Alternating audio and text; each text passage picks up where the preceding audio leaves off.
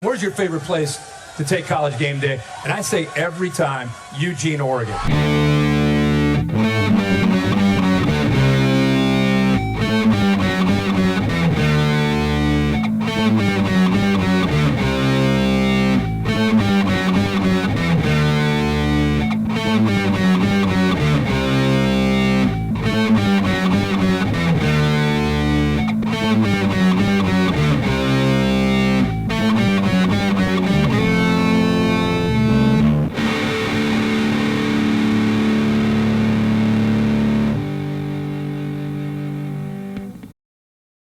Hello and welcome, Duck fans. Where and whenever you're watching or listening, this is the Once a Duck podcast, where we bring you up to date with current and former University of Oregon athletes and give you never before heard stories about your favorite teams and moments in Duck history.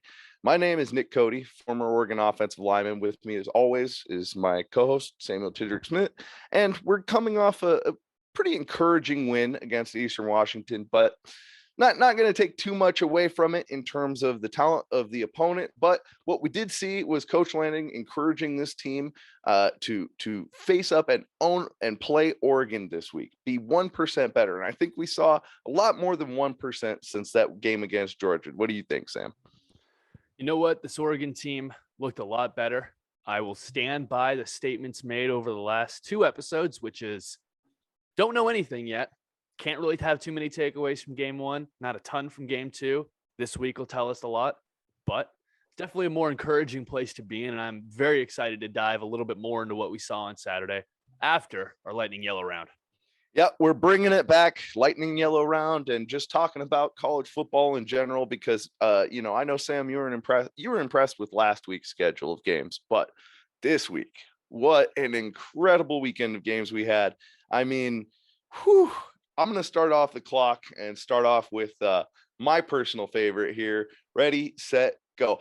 I love seeing Texas lose, but I kind of hate seeing it when the refs give it to Alabama. What a close game, though.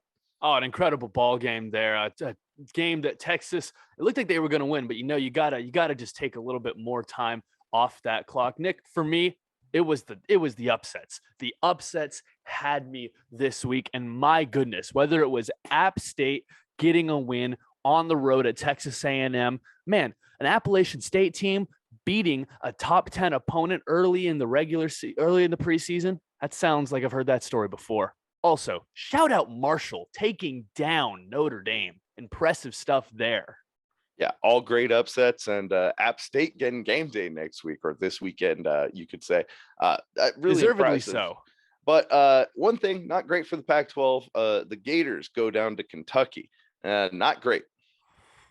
Not at all. That was another upset right there. Number 20, Kentucky took care of business 26-16 against Florida. That was a game I would have expected them to have played at least a little better in. But Utah, the team that took that loss against Florida, oh my goodness, did you see what they did to Southern Utah? 73-7. That's not even really that appropriate. That's just mean to do. No, and while it wasn't quite the blowout at the end of the game at 30-7 would tell you, Miami was getting booed right there before the end of the half, because for a minute there, Southern Miss had a 7-point lead for a while. So interesting to see the boos carry down there to South Florida. Another upset that's worth mentioning on the game. Another one in the South, if you will. Tennessee beating Pittsburgh. I'm not going to say the Volunteers are back by any means, but 2-0, beating a higher ranked team. Haven't seen Tennessee in that position in some time. Let's be fair, it was overtime. And speaking of overtime, oh my goodness, two games I got to mention before we stop the clock. Oregon State almost going to overtime, but opting instead to just run it in with Jack Coletto, man. Oh my goodness, what a great finish to that game in Fresno State. Tough place to play. And flipping back and forth, I know we both were watching BYU and Baylor go into overtime, where they just had a shank off to see who could lose the game. I don't think we saw who won. I'll tell you what, it was an impressive ball game there. So many games that were close to overtime. In overtime, Texas Tech beating Houston, in two overtimes was incredible. And the last Pac-12 team that's going to get a shout out on here, Washington State, going into Wisconsin, coming away with a victory And yes, Watson, the transfer from Wisconsin to Washington State, a pair of touchdowns. He's the difference in that ball game. A great win for the Pac-12 and an even greater win for the Cougars of Washington State. Yeah, and a win for everybody. Yeah, too much college football for one lightning round to handle. But hey, we got it out there. Now let's focus in and recap this Eastern Washington game. Now, the first thing that we should address, because it's going to, again, I'm sure it's going to be a topic this entire season, the expectations of fans, particularly at the quarterback position. Bo Nix had a day, 5 touchdowns, his career record in college football.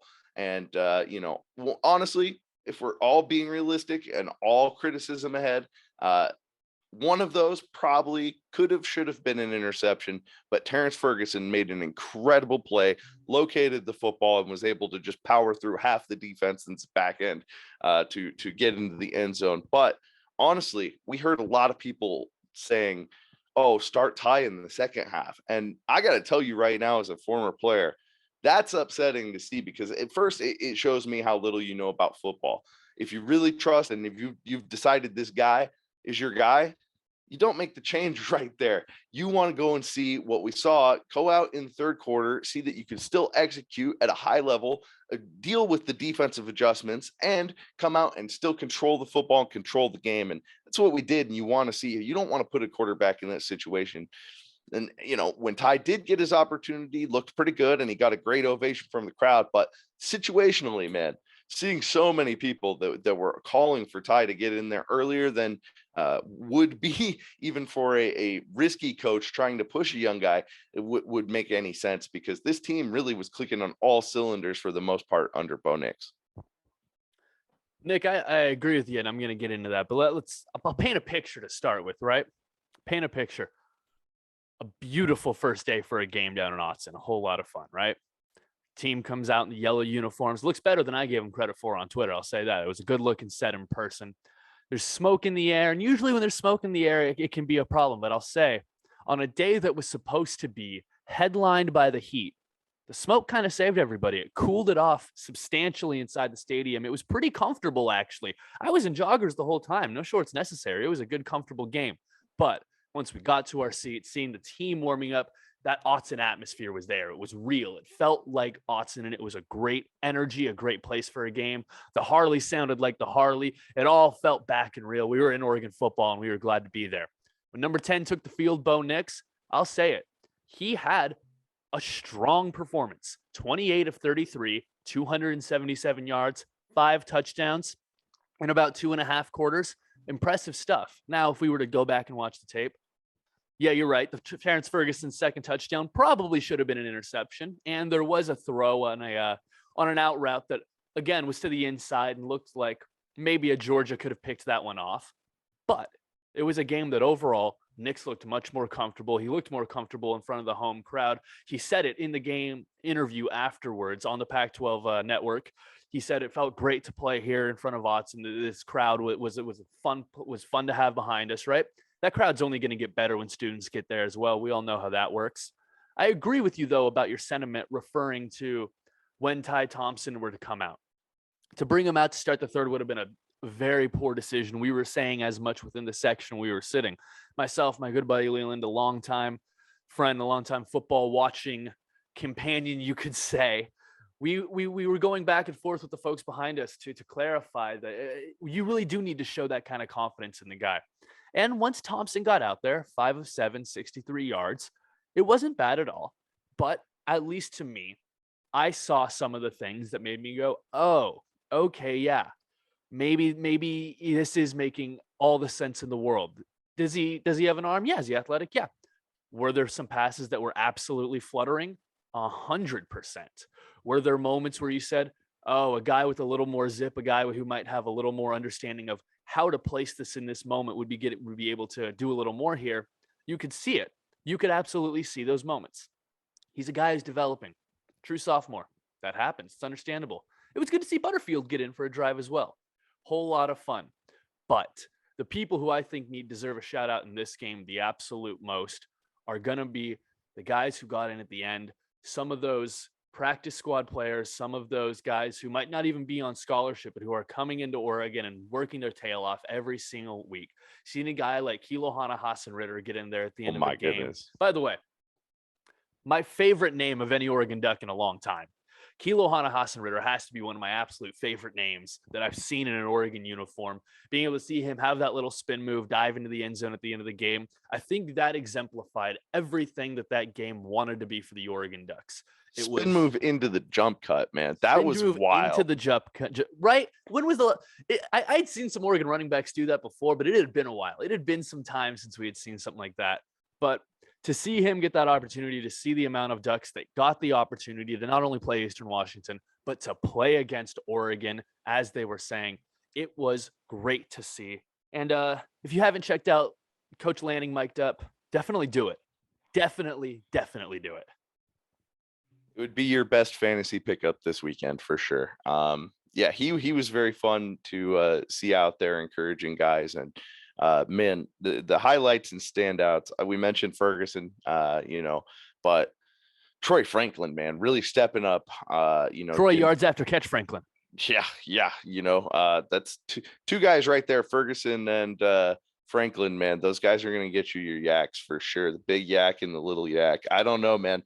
That was impressive to see. We haven't seen that in a long time from an Oregon wide receiver, and especially just, running crisp routes, getting out of bounds when it's the best decision, and living to see the next play once you picked up first down. Just a lot of really great things out of his performance. And I know in the running backfield, it's going to be hard to know how this distribution of carries was based on the team, because obviously that fourth quarter you're getting Hassan-Ritter a lot, like I think 7 carries in there, but it felt like everybody got their 5 to 8 to 9 touches. Sean Dollars, I think, led with 9 touches with carries. But we saw, honestly, this is it seems like the coaching staff is committed to a really even distribution of carries, which is unusual for Oregon fans to see. But all those guys showed at certain points things that they really contribute to this offense that do make them unique and why they should be out there. And aside from a couple times where we got tripped up by our own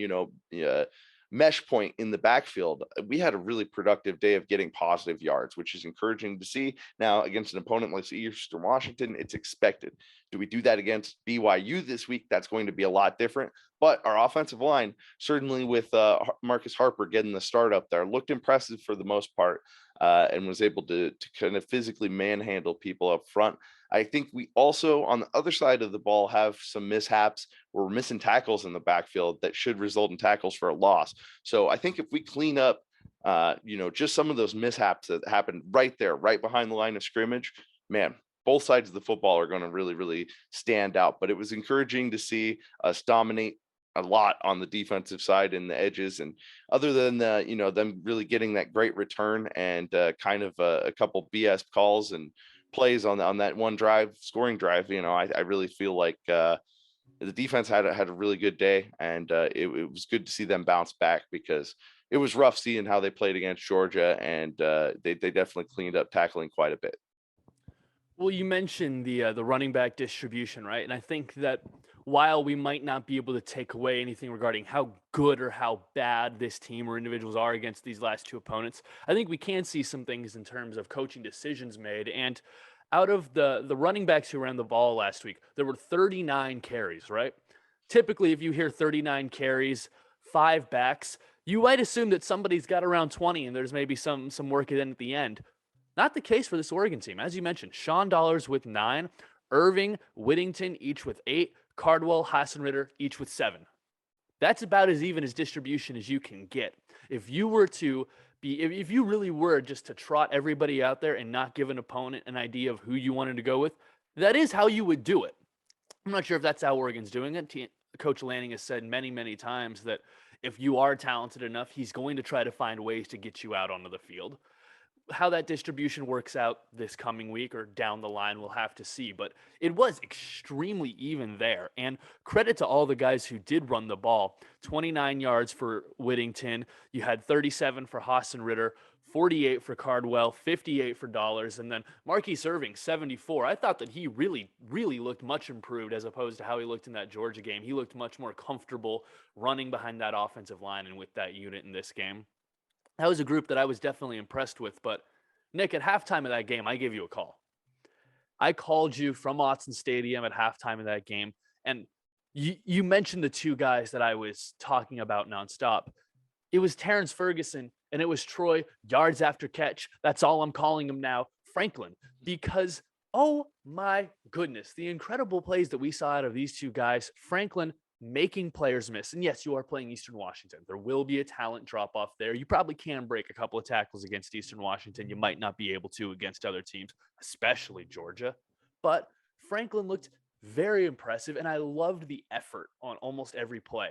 It wasn't unintelligent yards after catch, if that makes sense. It wasn't like he was putting himself and the ball in a bad position to try to get a couple extra. He was taking what was there and very intelligently stepping out or ending the play when it needed to be ended. But the guy who impressed me the most was Terrence Ferguson. I think everybody can agree it was Terrence Ferguson. 3 catches, 35 yards, 2 touchdowns. The 2 touchdowns, each one incredible. A great run after catch, an athletic move to get around defenders. Great block by Sean Dollars, by the way, on that play. And then the tip ball, the catch by Terrence Ferguson. I stand by what I tweeted out during this game. This dude is one of, if not the best tight end products we've seen since Ed Dixon, since probably Ed Dixon. Just a guy who fits that NFL mold that well. He thoroughly impressed me in that ball game. But the defense did some great work as well. I know you mentioned it a little bit, but I'd be happy to let you jump back into some of the things we saw out of that unit as the game progressed. Yeah, well, before I do got to give a mention to another tight end that had a score that night. Wearing Spencer Webb's number 18, it was great to see finally Cam McCormick getting a touchdown in Autzen Stadium. It was you could tell the fans responded loud and proud, and what a great moment for that young man after everything. I did. I was jumping up and down celebrating. Man, everything he's been through to come through all the injuries, and especially it looked like he was coming on the Ohio State catch and then injury from that, and it's amazing. And I wish him the best through this year, staying healthy, and I hope we can see a lot more of those in Autzen Stadium and on the road a couple places, because man, our tight end room, it's really impressive right now. And shout out to all those guys. And again, in the passing game, not just the guys that are catching the ball, but like you said, Dollars downfield, some of the backs out of the backfield. I thought we looked really, really good and in sync, especially compared to week 1. Defensively, man, where do we start? Some of the big plays, big hits, just the things that we were missing out on in week 1 were back. That's what you want to see. And I think it was Keith Brown's hit. Was that the one that just, I believe you did. Autzen go as quiet as it seemed like the television made it, because man, that hit sucked the wind one in the out fourth of him. quarter. Yes. Oh man, well I'll tell you, I had that play. I was filming that exact play and just happened to get it. But there are 2 things about that specific play that are impressive. Number 1, Keith Brown hits just as hard as we all thought Keith Brown can hit. Oh my goodness, that dude can level somebody. And also, if you go back and watch that play, the push Braden Swinson gets on the tackle is incredible. Just completely removes him from the play. Absolutely bonkers stuff there from a pair of guys that have a lot of Power 5, Division 1, whatever you want to call it, Pac-12 game experience. Yeah. Just putting in work against these Eastern Washington backups and really making things look silly. But I think with this defense, a couple of things that really stuck out is that still a lot of work to be done. Edges still really got to improve. Washington State was still able to take care of some things on the outside. Eastern Washington. I thought it was huge for this team. Did I say Washington State? Eastern Washington. So Eastern Washington really was able to take advantage of those outside edges. But I think that it was a confidence boost that this crew could use. Yeah.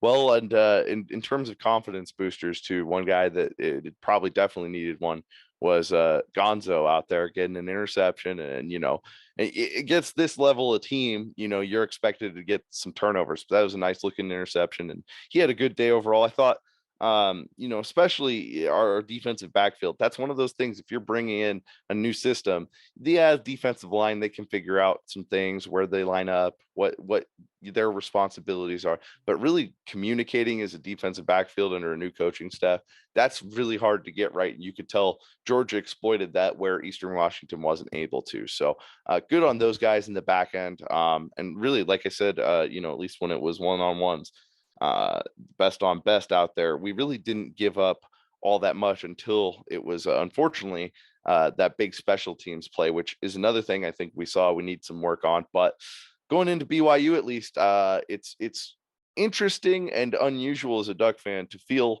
confident in at least our field goal kicking game, because that's one area of special teams that feels like we've improved significantly. I gotta tell you, Nick, I think I really don't want to say anything too confident and jinx things, but I am a fan of this Oregon kicking unit. I'm a fan, man. I think Camden Lewis has improved so much from the Camden Lewis that had us shaking in our boots in 2019. The Camden Lewis that got fans to rush the field after beating a subpar Washington State team because they couldn't believe he hit a field goal. To go from that to being the guy in 2022 that Oregon fans feel extremely confident in, that I'm like, oh, he's got it. That's a lot of improvement. And that's something that I've loved to see from Camden Lewis. And credit to Barry as well. Again, the transfer from Temple. I said it last week. One of the few guys to have impressed me after the Georgia game. He did it again this week. One punt, 39 yards, landed inside the 25, and he took it from about his own. It was decent work there. I really, really am confident in the kickers in the special team unit. There are other issues in coverage, as you mentioned, but the kickers themselves, this seems to be a really, really strong group for Oregon. Yeah, and Camden almost got the tackle there, but got a little jersey instead. But it's good. It's not. He would have if he had to. He had a defender there to take care of it. He would have if he had to.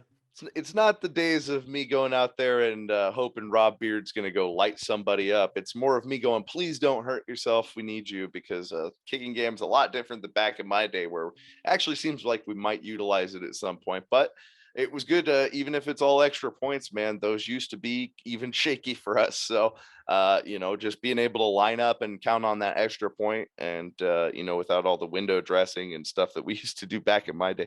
Hey, I hope it helps the kicker out. I hope we're able to, be consistent with that this season. But again, as always, whenever we talk about kickers as Oregon fans, I'm just knocking on wood here.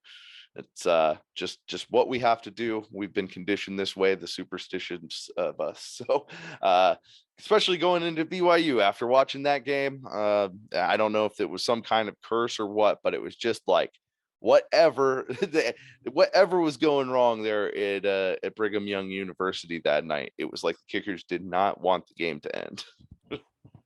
That was and I'm glad that it, at least for now, appears Oregon has somebody who may be able to help in a situation like that.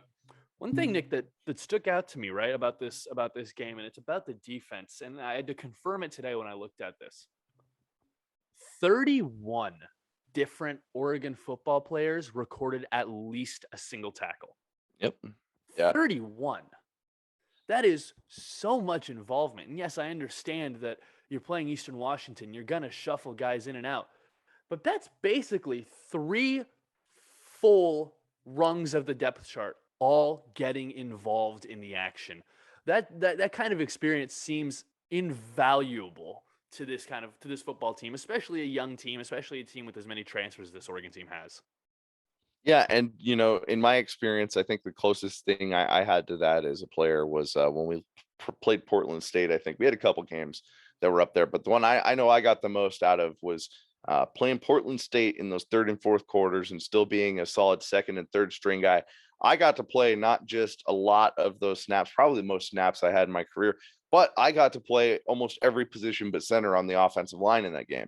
I got to play in combination with different guards that I worked better with, some I didn't work as well with, guys that I communicated really well with, and you're able to work those things out in live game reps that just in practice it's not the same, because coaches can stop and say, okay, here's what you got to do, or they can correct it on film, or but everything is magnified out there on game day. There's nothing like game reps. And so when you get that opportunity to go out there and play, maybe a different position, give yourself a different look that you might not be ideal for you and the team in a game where you haven't already had it kind of settled and won. But these early games that, out of conference where you get those opportunities, man, it's really invaluable, not just for your team this year, but, and later in the year, especially when you have some injuries and have to have some guys step up, but really looking forward for long-term development. And with a new coaching staff, I think they're seeing a lot of things that they must like if they're getting that many guys out there to make some tackles. Well, and I just like knowing that this Oregon football team, if at any point it's called upon, they've got guys who've got the time, even if it's a freshman like Florence, for example, who got into this game, had some strong moments in it, or even somebody as experienced as someone as experienced as like a Steve Stevens, for example, someone who's been with the program for a long time now, has taken advantage of a redshirt, taken advantage of the COVID year. I think that regardless of who you are, these reps are going to be big down the line. I'm glad that they're occurring now. Another thing that sticks out about this tackling, nobody's got more than 3 total tackles either, which means that as many guys were able to play, you didn't overwork anybody in particular either. Everybody seems to have gotten in, out, stayed pretty healthy throughout it. It's as much as you can ask for. Yep. And shout out again to my long-haired friend, Casey Rogers, out there locking it down on the inside, getting one of those 3 tackles out there. So shout out to him. And again, overall, just a fun day to be a Duck. I can't wait. You're making me jealous. Can't wait to be back in Autzen Stadium this weekend for BYU. As we talked about previously, the 2010 class getting inducted to the Hall of Fame, and get to go and hopefully get to see many of you there, and get to be honored on the field. So keep an eye out for me. I think right after the first quarter, before the second. And we need to channel as much positive, beat the Cougs energy this week, because BYU's coming in ranked. They have that great win over Baylor in overtime, which hopefully sucks some of the life out of them. But it's been a while since we've beaten BYU, and I know it wasn't in my time, but I have some very, very awful memories of some. I think it was Las Vegas and Grello helmets with ghost flames. Yeah, I remember that. I've tried not to remember it. But a little thing about the Grello helmet that just sticks out to me so much. It's such a little thing, and I mean this by little.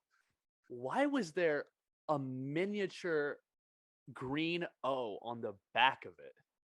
I understand the O on the big O on the back of the winged helmet, but to just have a little one that just looks like a speck on TV, what else could have been wrong with that helmet? That's one of the, I think that has to be the worst Oregon helmet of all time. Everyone's come together and agreed on that. And the sad thing is like when you see it in person, like when I was getting recruited, they had it on the table there in like 2006, 2007, like at banquets and stuff. And it looked cool in person, but none of those details really popped on the TV camera. And again, yeah, I thought the O placement in the back was silly, but even worse. Just one more thing on, I'm sorry. I'm the guy for this. I'm sorry. I have to get in. I know. Why did they all look like a normal yellow helmet that got put in the washing machine like 500 times before it went on the I don't understand why the yellow had to be so faded. It looked like it had worn off. It was a metal flake paint job. That was the television sets. Unfortunately, didn't make it look as good. And that helmet never looked good through any lens ever. That wasn't an eye. That helmet, as ugly as it was, wasn't as ugly as the games we played it in at Boise 2008 and 2006. The Vegas Bowl, baby. We weren't excited as much as BYU was. And anytime you're playing BYU in the Vegas Bowl, probably going to be at a disadvantage unless you've got your team pretty well locked down. That would have been, I think we would have been okay in my era, but that's a tough ask to get your team locked down for a week in Vegas while you're going against BYU. But I think in Autzen Stadium, it's a lot more to our advantage. And I mean, when BYU's come to Autzen, hasn't always worked out well for them, has it, Sam? It definitely hasn't. I mean, this is a team that really, if we're gonna really look at it, this is a rubber match. This is an all-time rubber match. Oregon and BYU, 3-3 in all-time matchups against each other. This is a matchup that goes back, honestly, kind of a long. It's a long running matchup, if you will. This is one that has definitely been played many times. I think recent years, the 2008 game, as you mentioned, is the one that at least sticks out with the most fans of today, really, just because it was that bowl game. It was the last time these two teams played. It's the last game that Oregon probably wanted to have played against this team for a while, but the 2006 game, we've been saying 2008 a couple times. 2006 it was exactly. An Oregon loss. Before that, though, Oregon won games in 64-65, lost to BYU in 78-89, but 1990, Oregon played a huge game against a BYU Cougars team that was coming in 4-0. They were led by a quarterback. I don't know if you've ever heard of him. Ty Detmer may or may not have won a Heisman Trophy. He was a pretty talented player, it turned out, back in the day. But Oregon made him look silly. The Ducks came out, forced a whole bunch of turnovers, 5 interceptions in that ball game. The Ducks were able to win against an undefeated BYU team that was ranked higher than them in a preseason matchup in September. I kind of like where that leads, Nick. Exactly. And what better former player to talk to this week for our very special guest than the person that had 3 picks in that game, cornerback Daryle Smith. So with us now on a very special interview for BYU week to try and channel some BYU winning energy, we have former defensive back Daryle Smith. Daryle, thank you for joining us today. And you know, with BYU coming up, we're going to get into why that is such a special game for you. But first and foremost, as a junior college transfer coming in to the University of Oregon, what's it like looking at the program now versus when you came in? Wow, it's night and day. The depth that they have now is far greater than what maybe we had when I first arrived at Oregon.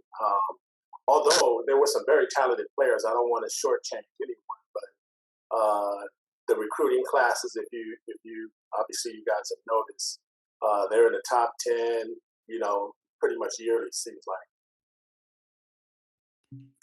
Daryle, coming into Oregon, you came to the school in 1990. The school definitely wasn't looked at the way it is now in so many ways, but what attracted you to Eugene, Oregon at that time? You know what? It was the environment. It was a perfect college town. It wasn't, I've come from a big city, Los Angeles, so, I was pretty used to that, pretty tired of that. So as far as just the environment was outstanding. So that was one thing. And then obviously the defensive schemes were fit my experience. We ran a lot of the same coverages that we ran in junior college. So it was a great fit for me. And on top of that, I thought Oregon had the best starting secondary when I came in with guys like Chris Odom, Daryle Reed, and some of the other guys. Yeah, over the years, Oregon has taken a lot of pride in producing a lot of great secondaries over the years. My time, the D-boy era, and even now, we see guys like Javon Holland tearing it up in the NFL. What's it like for you to kind of be like the foundation for that? And do you take a lot of pride in seeing where NFL's defensive back or Oregon's NFL defensive backs have come to this day? Yes. I mean, absolutely. We just try to really sort of do our job. So at Oregon, when I was there, we really just tried to come in and play our part and do what we needed to do. Now, today's athletes that they have at Oregon are such far more seems like faster and just on it as far as I can see. So it's just an outstanding program, I think, right now. Daryle, when you got to Oregon, of course, the legendary Rich Brooks was the coach of the program at the time. You show up in Eugene. What is the energy of the program like? What was it like being coached by somebody who is now looked at as such a legend for the Oregon program? Rich Brooks was great. Obviously a legend at Oregon. His charisma is one of the things also that attracted me to the program. Rich Brooks is obviously the best coach I've had in my career. So the energy was great. So I've got to ask, I've had to run 100-yard sprints in Autzen and nearly died. What's it like taking a 95-yard interception back to the house? What's that feeling like? What's that energy like? Is there anything like it? And then when you go watch that on film, is there anything you got to say? Is there any bragging that you even need to do, or you just put that clip on and just sit back? I wasn't blessed with 4.3 speed or anything like that. So it was like I had a monkey on my back. So yes, I was gassed already. It was a fun experience. If you remember that, I think Ernest Jones was running with me. I think he ended up being 295-pound defensive lineman at some point in his career, and he was running right there with me. So that lets you know where my speed. But it was a fun time. Great memories. All right, Daryle.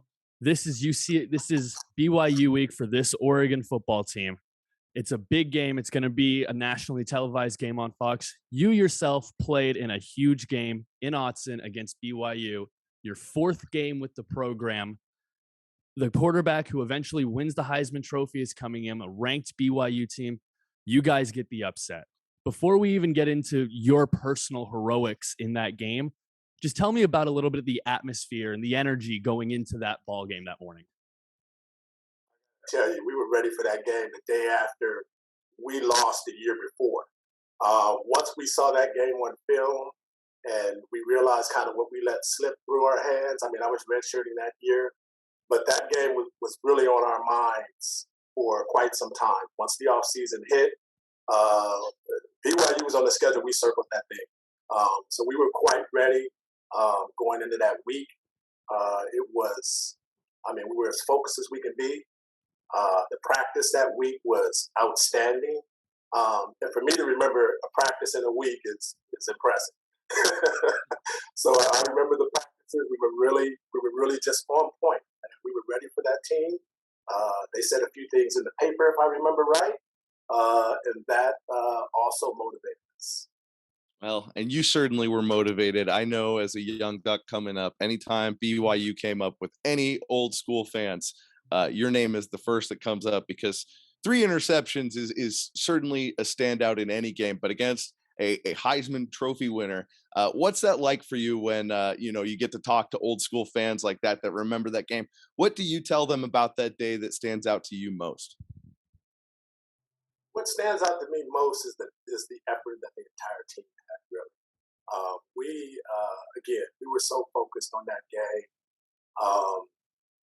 Bill Musgrave, the defensive front, Sean Burwell, just all the guys were really focused. Steve Kemp played a big role that game. So we were really just ready to go. So yeah. You mentioned Steve Kemp. He had 2 interceptions that day. You yourself, as Nick said, had 3. Was there something you guys had seen on film that week that let you know that there were going to be a lot of opportunities? Or was it once you hit the field, a lot of balls were floating and you realized you could make a play? Going back to that, if I remember right, we knew that they ran a lot of crossing routes. So we had some coverages in place to deal with that. So we were pretty well prepared. We knew that the corners were going to be on an island except for crossing routes. So we were really ready. They tried to go deep on us quite a few times, but you guys know, and we were successful defending that. Yeah, that's an understatement, I think. You say you really enjoyed that preparation for the the practice. What about Eugene in particular stood out to you in your time there with your teammates? What memories and what places do you still go back and visit to this day and have fond memories of? What camaraderie was great for us, and you hear that quite often with former players in any level of the sport. So for us, it's just, and for me, I should say, it's just the guys. It's having a number of people, a number of teammates that are focused on one goal together, and that's really what I remember most. Eugene is a great place. Tracktown Pizza. There's I was trying to think of there was another pizza place that had some great pizza bread that was on it. Not too far from Tracktown. I just can't remember the name of it, but nevertheless, there were places to eat. Taylor's, I think it's no longer there, but I'm hearing. Oh, no more. Rest in peace, Taylor's. For the better. For the better now. It had some dark days at the end. I wasn't there for that. There's that area right there, right next to the campus, was always fun. So the campus was great. The track meets were great. So just a great time. Just a great time. Great city, great college town for someone who's really serious about their education and having a good college experience, overall. You mentioned the city of Eugene, and it's a city that actually has changed so much in the last 10 to 20 years. But when was the last time you were able to be back in Eugene, or the last Oregon football game you were able to attend? Wow, you're testing my memory right now. It was only a few years ago. Who did we play? I can't recall who we played that day. I want to say it's like Stanford or something like that. So yeah, I mean, I think it was Stanford, maybe about 3 years ago. So yeah, I had a great time. Awesome. Yeah, I'm just getting to go back down for the BYU game this weekend because they're honoring, the 2010 class. And just one of the things that, whenever I go back that I'm really proud of that they're continuing to do now, a lot more than I think they did even in the past, is honor former players, put people's names right there on the building so it kind of lasts forever with what we continue to build upon. With the facilities and everything, it's an entirely different world from even when I was there. What stands out to you the most now when you go back and you see the HDC and what about it just is like the most unreal to think back and think like, what, this used to be a parking lot. When I went back, gosh, I can't remember the tight end's name, but there was a tight end that was being recruited. I think he ended up not signing, or maybe he had to go to junior college or something. I don't remember his name. I don't want to put his name out there if I did remember. But they were doing the photo shoot, and I was just amazed at all of the pageantry that they, incorporate in recruiting now. I was like, oh my goodness. All I got was a handshake, I think.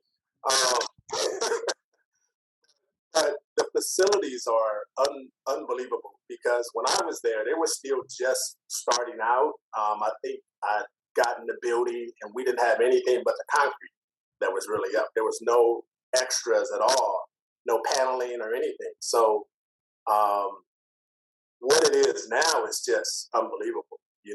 I think we walked across the street for our practices when I was there. So I think now it's just right next to the building when they do their practices, and then they have an indoor. There was none of that. When it snowed, we were still out there practicing. So night and day. That's all I can say. Yeah.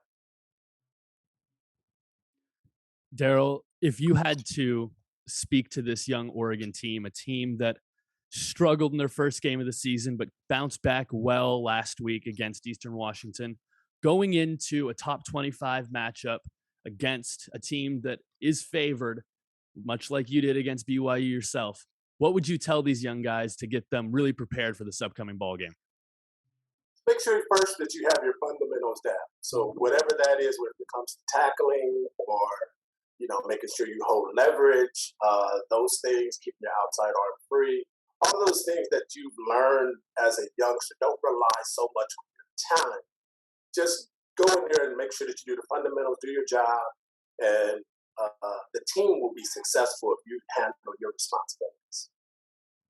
Now, you mentioned how much recruiting has changed. Do you think, with Coach Lanning coming in, being, the youngest Power 5 head coach, do you think Oregon is really kind of embracing that in this time more than a lot of other schools, especially in the Pac-12? Having a young coach, I think, is great for recruiting. It's a different generation now than when I was coming up. You kind of look for a father figure, whereas now they kind of look for almost like I guess closer to maybe a mentor, someone who they can relate to, where that really wasn't the case when I was coming up. So, I think Lanning's a great hire. I think he has a chance to be really great here. Hopefully he stays for a while. If we can get a coach to stay for a while, I think sky's the limit for us. Daryle, the Oregon Ducks is a program. You said it yourself, just getting somebody to stay for a while, getting somebody to stay in place.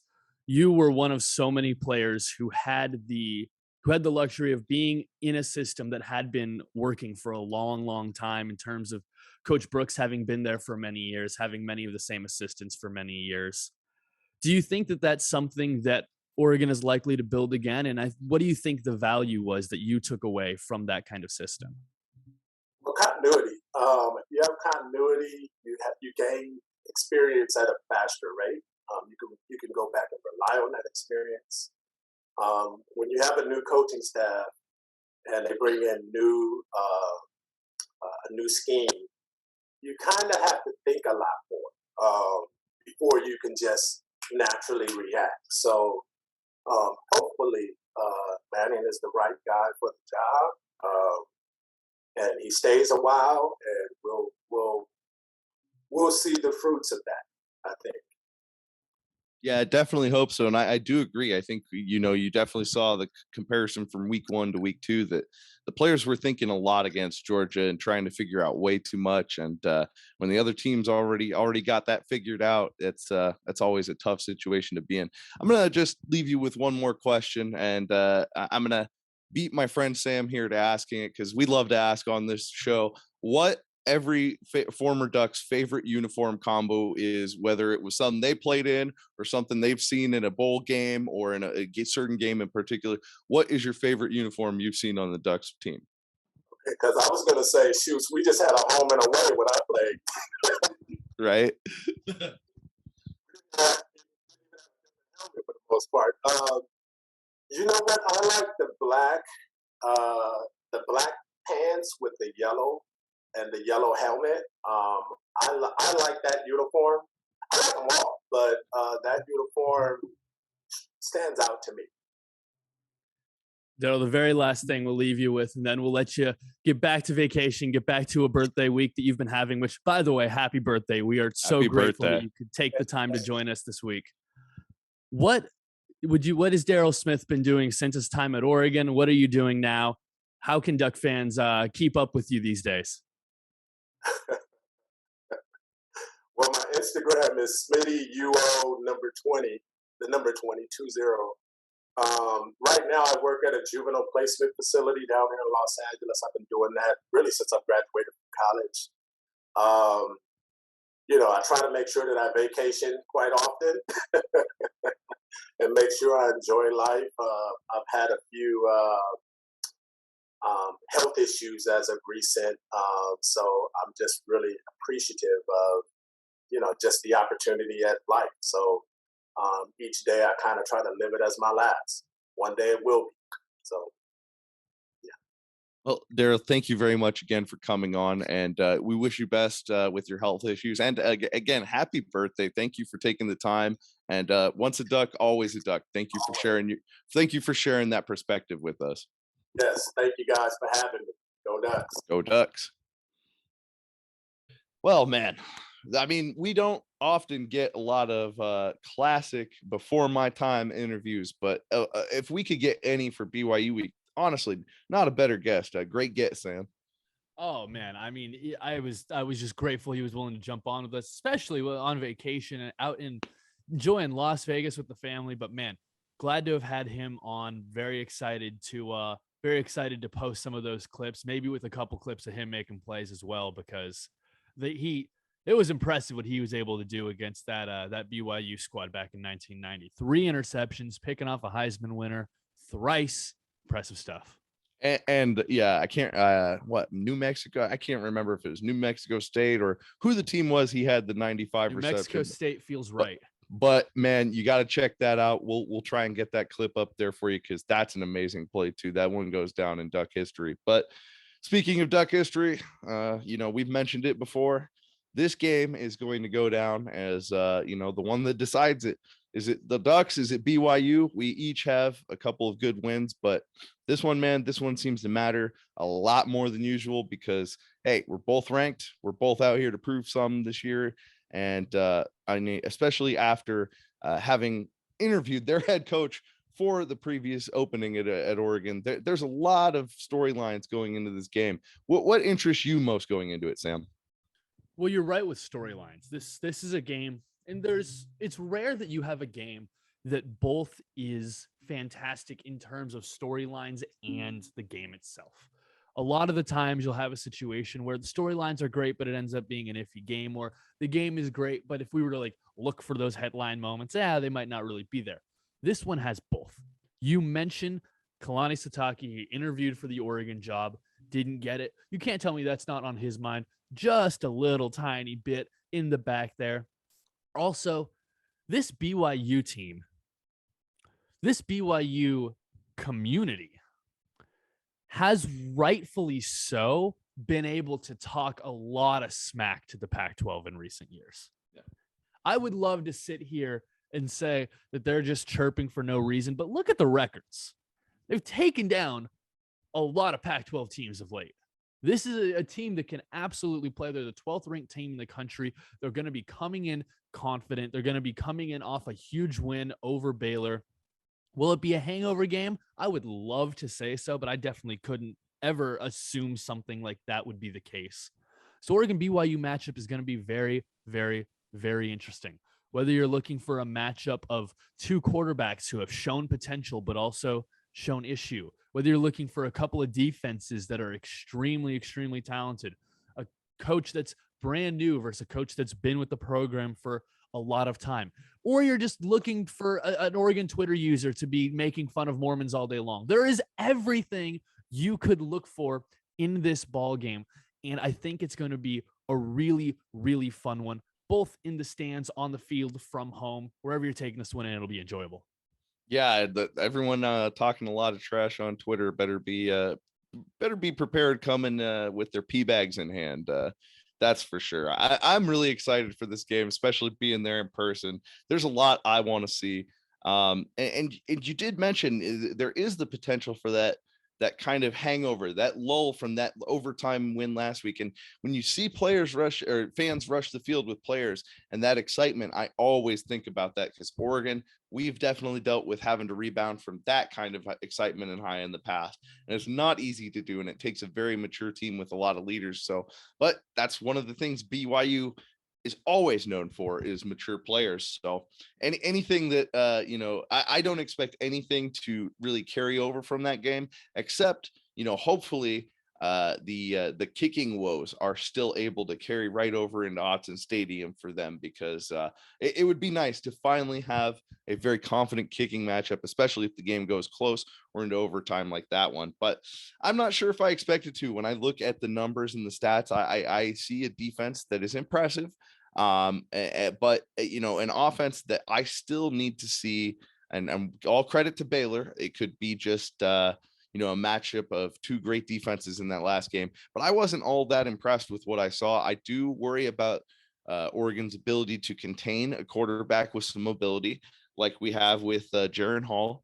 But I think if we're able to get some pressure and actually finish tackles and sacks in the backfield, it could work against them. His mobility might end up being, something that takes other playmakers off the field, because they certainly have them. I believe they had a wide receiver, number 23, stood out a lot during that game, and they have a lot of playmakers and a lot of older guys, and obviously a coaching staff that they've had be pretty consistent for many, many years. But Oregon ultimately has so many great athletes and a two deep that, like our guest said, we haven't seen this at Oregon really ever before. This much depth, this level of talent in terms of recruiting rankings and even transfer talent coming in. That we are up there in terms of college football in the top 10, 15 schools in terms of recruiting consistently. And that just isn't the same with BYU. They have to try and find different ways to win games because you're just not able to recruit to that school like you can others, but they find other ways to do it, man. They're a tough football team, and it's really going to be a gut check for especially our defense, I think, to see just how we hang in there and how much we improve from Eastern Washington, sure, but that's a different level of opponent. I think we saw a lot of the athletes on their offense in particular couldn't hang with us. And even when they had to score a touchdown, you have to have your receiver illegally blocking three of our guys to be able to get your guy open to be able to score on us. So it's not going to be like that against BYU. They will have better athletes. Well, I'll tell you, Dave Aranda, Baylor's coach, really good defensive mind. There's a reason that a lot of Oregon fans were clamoring for him to be the head coach during the search last offseason. I think that it is worth noting. Worth saying that because they are a very talented group. Baylor's offense looks like it was not Baylor's offense, excuse me, BYU's offense. I'm looking at both of these teams right here. It definitely could have shown more, but there is a specific piece that concerns me personally. And it has to do with not who played, but who didn't play for BYU. BYU's two top receivers from 2021 did not play in that game. And the last news update we have about either of them is in reference to that game. We have no idea whether these guys will take the field or not. Puka Nacua, one of the leading receivers last year, got injured, sprained an ankle in the very first ball game of the year. Unsure whether or not he'll be able to make it back. He's currently questionable. And then Gunnar Romney, another very, very talented receiver for that team, hasn't played at all this season due to an unspecified injury. But again, not ruled out yet for this coming week. Yep. If those and just real quickly, and but Oregon Oregon fans might be familiar with Puka Nacua from his time at Washington, so we have at least a little tape on him. Exactly. We've seen him before. I mean, we've seen what he's capable of doing, and it's impressive stuff. He definitely is a very talented player, and I think that for this Oregon secondary that's had moments, two of the two starters having interceptions last week, but also struggled against Georgia. There's a little give and take there. If one of or both of these guys is able to play in the game this coming weekend, that's a huge piece for BYU. It's a really big piece of this volume. Now you're giving Hall, a guy who has gotten some NFL scouts' attention for absolute sure, giving him a really quality top target and two guys that probably will, to some capacity, play on Sunday. Very, very talented players, the both of them. If they do not play, though, then I think you're going to see a BYU team that's much more resembling the one we saw last Saturday. One that has to run the ball a lot more, one that is going to be taking advantage of opportunities in the passing game, but might not really be looking to completely stretch you out the way that they're capable of when Nacua, when Romney are available. Those two guys are going to be a huge piece to the puzzle this coming week as to what BYU's offense looks like and what Oregon's defense has to deal with. Yeah, well, and I'm interested to see a lot from our team in particular, because what we did and what we schemed up in terms of the install for week 1 versus week 2 is very, very different. A lot of different formations, a lot of different things we saw. And one of the things we got from Twitter, from Mike, one of our regulars at Raven Ducks 1, said, guys, do you think there's more in the playbook that Dilly hasn't shown yet? I think everyone was thinking there would be more downfield passing, but it's still mostly been short stuff. Hashtag wants a duck. Thank you, Mike. What do you think about that? Yes. Short answer, yes. Long answer, we've seen two games that we all kind of knew the outcome to. I think the coaching staff, if they're being completely honest with you, would say the exact same. I think that we have seen the kind of offense that you would run against the best team in the country when you understand that that's probably not going to be victory. And we've seen the exact type of offense you would expect to run against an outmatched opponent who you expect to win against. I think that this BYU game could show us a bit more for sure. I think that there is a chance that they will go downfield more. But also, I think that something that Nick said post game that I think has been said by the coaching staff repeatedly is that Oregon wants to take what's there. This isn't a team that necessarily wants to be forcing an issue right now. They want to take advantage of what's available. If the 5-yard out is available every single play, you do it. If that hot route's available every single time you have the ball and he's going to get 4, 5, 6 yards on that play, you give it to him until he doesn't get that, because as long as he is, you will end up in the end zone. Oregon proved that. They had more first downs last week than in any game previous in program history. More first, if I'm not mistaken, I could be wrong on this. I think it was about 40 first downs. That's 10 first downs a quarter. Do you understand how crazy that is? That's incredible, especially for a team like Oregon that has historically been, at least over the last 20 years, a quick strike kind of team, bunch of yards in every play. To have Oregon march the way that they did so diligently was extremely impressive. I think that as long as you can do that, you should do that. I don't think that if you're scoring 70 points, regardless of who it's about, don't fix what's not broke. But also, as teams eliminate options, as teams improve, as you play better opponents, you'll have to do more. And I'm sure that when the time comes, Oregon will do such. Yeah, and I'd like to, reframe things for people, because everyone likes to refer to the term playbook. And I like to think of that as that's your master manual, right? That's your whole manuscript of everything you could go back in and throw out there as a coach. As a player and as someone trying to get your coaches ready in the college football level, you're trying to find the right couple of plays, especially fundamental ones, that you're going to go in there with a couple wrinkles and a couple things you're able to work on that week in practice. And you get that tight. It's a lot like writing. When you go back and you refine and you take different things you've learned in your experience and you take what you're going to put towards your audience and what your goal is, and you go and try and really, really hone in on that during your practice week. And you find out, okay, maybe if this defense we've seen them run, we tried these couple plays out on Monday, and the ones that work, we keep in. Maybe we shuffle some other ones out on Tuesday. This is essentially how a lot of different college football programs are able to figure out what your install is that week and what you're going to go with on game day. So it's definitely always going to be an evolving thing if you're dealing with someone that has an extensive knowledge of offensive schemes and wants to try a bunch of different things against a bunch of different defenses. Now, I think over the years, we've been kind of conditioned to see us just force whatever we kind of wanted to on offense and try and establish that. But I think we're going to see a lot, and we already have week 1 to week 2 seen a lot more variety in what we have out there available to us on game day. So I think that's huge to take into consideration. And yeah, as Bo Nick said, they are taking what the defense is giving you. And when you consider you're playing a team like Eastern Washington, I imagine the one thing they're telling those guys is, hey, we understand you're going to get beat. You're going to get pushed around at times. Just don't give up big plays. And that, what are you going to do then? You have to take the underneath routes. There's going to be teams that challenge us a lot more with athletes that can match up in one-on-one situations a lot better, where we'll hopefully see a lot more deep balls, a lot of the deep passing game. But yeah, like you said, you got to take what they give you. And I was really impressed with us able to march down the field consistently, control the football for the most part, and really just punch it in when we needed to, and consistently just jam it down their throat, different kinds of ways, whether it was in the passing game efficiently or, just finding out different run schemes that work. I loved it. So overall, even though it wasn't downfield passing like we expected, we'll see that against the teams that it's open to being able to challenge eventually, I believe.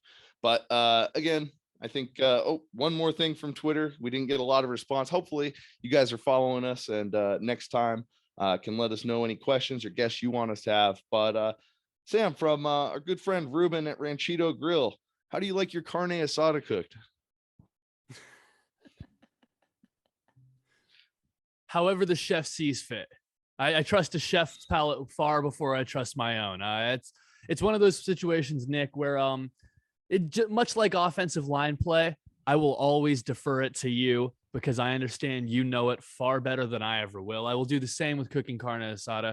As much as I may enjoy the meal, as much as I may enjoy making it, I will always trust the professional to take care of business.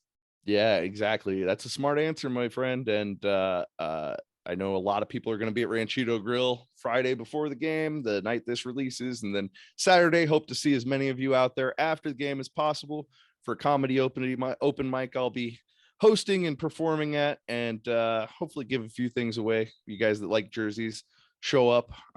There'll be an authentic game jersey I plan to raffle off. So yeah, thank you, Ruben. We will always trust you on the carne asada cooking, but steaks, I'll go medium rare every time, all day. But yeah, any Mexican restaurant, you just got to go with what they have best. And yeah, Cantoritos, that's what you need if you go to Ranchito Grill, a Cantorito. Just tell them man, Nick sent you. Nick, when it comes to cooking, I trust chefs, but when it comes to predicting football games, I kind of trust us. I feel like we've been pretty decent about it. If we look at our records over the last 4 seasons, I think we're doing all right. I'm glad you trust us, because I don't know what I'm doing. Every single time we get to this segment, it's I'm never prepared for it. But and oftentimes I'll hear your prediction and flip mine. So hey, let's go with it. What do you think we've got, buddy? Because I've got to figure mine out.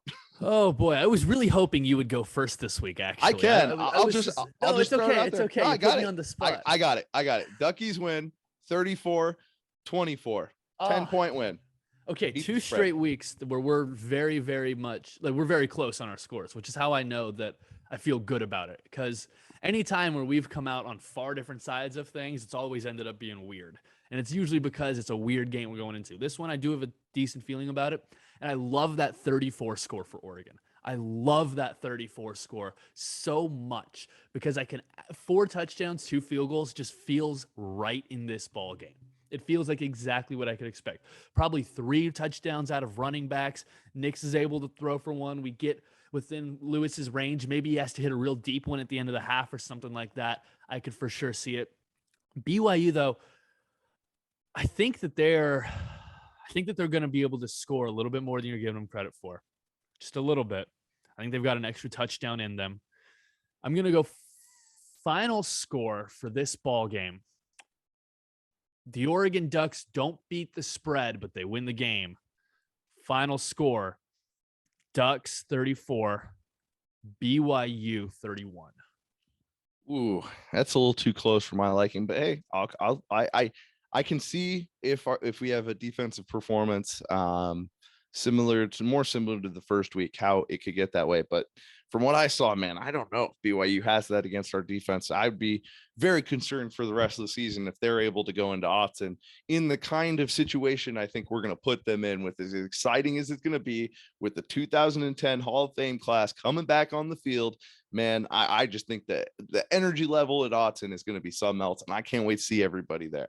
It'll be a lot of fun, man. I'm telling you. If Oregon can really strengthen up around the edges, I feel confident taking one of those scores off the board. But just given what we've seen right now, given some of the speed from the quarterback position, the wide receivers, especially if they have 1 or 2 of those guys coming back from injury this week, I feel confident with that 31-point mark. I do, but I got to give Oregon the edge in this game. If anybody is going to pick against them on this podcast, generally it would be me, but I'm not even going there this week. I do feel confident in this team's ability to get this game done. It's going to be a tight one. I think it really does have classic material written on it. It really could be a fun game that when we look back at the 22 season, the Oregon BYU game is definitely one that will be worth a rewatch. Hope that's the case. And more importantly than that, Nick, look forward to seeing you and hope to see as many of our listeners as are going to the game on Saturday as we can there at Autzen Stadium. Well, I already know this is a classic episode I'll want to go back and listen to many, many times over again, as I do all our episodes, and I hope our fans do as well. And if you're not already subscribed, make sure you're subscribed on, any podcasting platform you prefer, but especially where you can see our beautiful faces on YouTube. As we launch this on Friday around noon, I'll probably be en route to Eugene. Very excited for it. And man, can't wait to see everybody there, all hyped up about it. Hopefully you see me sometime before, after, maybe even during the game. Just hit me up. I'll be easy to find at Nick R. Cody on Twitter. My friend over here at Samuel101TS. Make sure you're following, keep in touch. And as always, once a duck, always a duck.